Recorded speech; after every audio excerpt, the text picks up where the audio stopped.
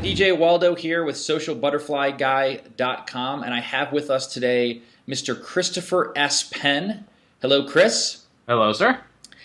Chris, I'm doing a series on getting to know where people got their start, how they got to where they are today, and you are currently, at least as your title says, you're the VP of Strategy and Innovation at Blue Sky Factory.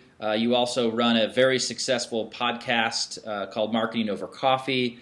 You recently wrote a marketing book. You've got 100 different things in the pipeline at once, and you are my go-to person if I have a question about technology, marketing, or life in general. So I'd like you to share, if you could, with our audience, how did you get to where you are today? Take us from the beginning. Well, first, they were dinosaurs. Then they all died, they turned into oil, and the Arabs came. No, just kidding. Good movie, Airplane, though. So how did I get to where I am is a very, very long story. The extremely abbreviated version is that where I am professionally is a result of technology and marketing kind of becoming the same thing. I came into this whole arena through technology. And I was originally, I guess, a lot of it got started when I graduated from college, looked around for what I was doing for work, what I was good at work, and found technology was it. And then a few years, almost a decade back, started noticing that companies were using more and more technology, and as the internet went from curiosity to essential business tool, the technologists were the ones being asked to do the marketing stuff. I mean, it's like, we need a website. So you put up a website, and this is 1996. So websites were plain text, flashing horrible colors and things like that. And then as things evolved, at a certain point, marketing technology kind of became synonymous, and it became a lot tougher to separate the two. So I went to one job in particular at my previous employer, which I was with for 7 years, as a technology guy, and it was at the time it was a 2-person shop, so everyone was doing everything. You were the CTO and the guy who cleaned the restroom on Fridays because you alternate with the other 2 guys in the office. And that's really how a lot of this got started for me, is being in a small startup like that forces you to do everything, and you end up doing things you didn't think you could do. You end up doing things that you were not trained to do, and you end up doing things that were something you would not have tried otherwise. And that's how I found my way into internet marketing, among other things. And the other thing is that at this company, as a financial services company, all of its competitors were ridiculously well-moneyed. I mean, you're talking major banks with whose budgets for cream cheese exceed the annual revenue of most of the corporations in America. So you had to get innovative in order to market against them, and that's how a lot of the new media involvement got started. To say, okay, let's start a blog, let's start a podcast, let's try Twitter, let's try Facebook, because everyone else is outspending us, running rings around us in traditional advertising. So we got to go somewhere where they aren't, and that's that's kind of where I am today. Is having all these skills because of it was the only competitive advantage that we had. And so it's interesting to me, you share a lot of stuff on your blog, a lot of how-tos and tips, and I would call them power marketing tips. And you often use lessons learned from some of your offline stuff like martial arts and World of Warcraft, some of your other interests, and you tie them into marketing. And I'm curious about how you kind of make that transition from what you see in the offline world to apply to online and either traditional or new sort of marketing. Well, it's all the same thing. The way a lot of this stuff works, and the way that my head works, and granted, I think kind of differently than other folks do, is you look at frameworks, you look at strategies, and not what the internet calls strategy. What the most internet marketers call strategy is nothing more than tactics listed in a certain order.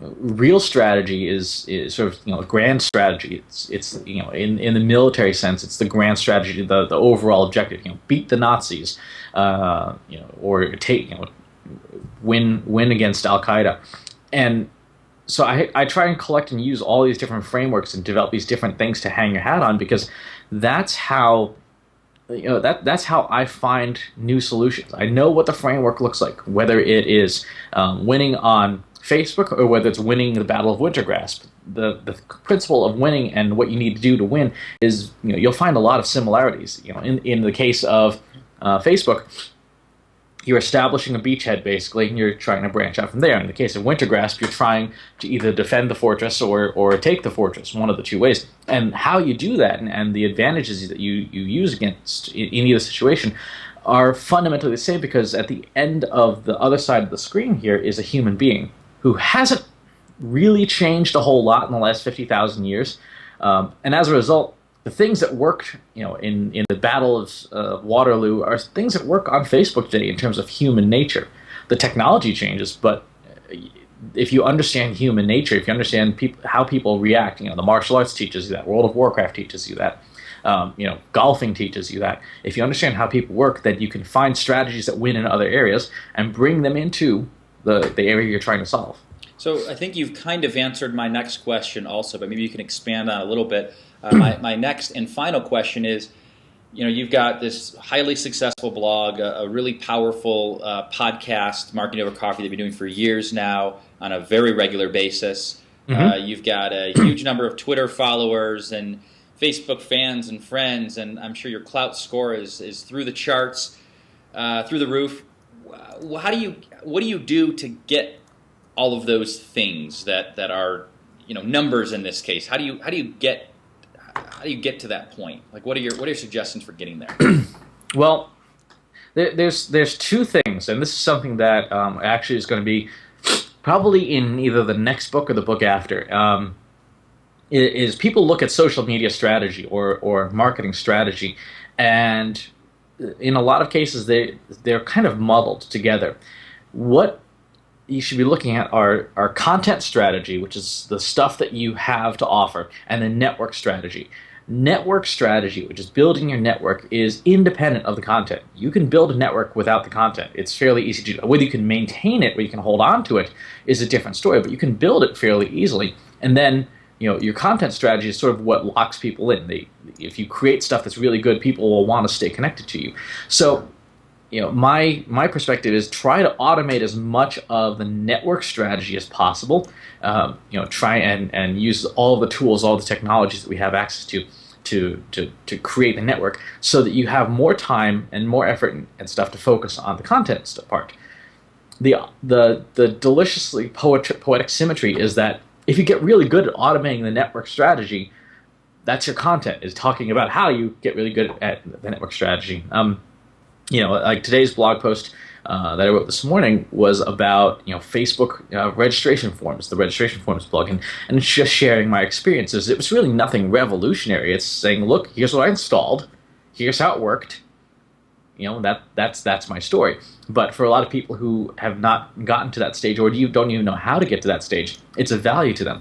I wrote a post a while back on search results being influenced by social media very strongly, directly influenced by it, and for a lot of people who didn't have that knowledge, that was pretty eye-opening for them. So if you keep content strategy, network strategy separate and work on them independently, you'll get better results than trying to mash it all together and hope that you're going to do something that works. Awesome, and my dog agrees, as she just barked in the background. So awesome. I know I said final question, but I have one last one for you. Google Plus just came out. Is it here to stay, or is it going to be Google Buzz, Google Wave gone? We don't know. We don't know yet. Now, we can make some predictions about it. If you are following along, if you've been following along for a while now, you know about Robert Cialdini's Principles of Influence, 6 Principles of Influence.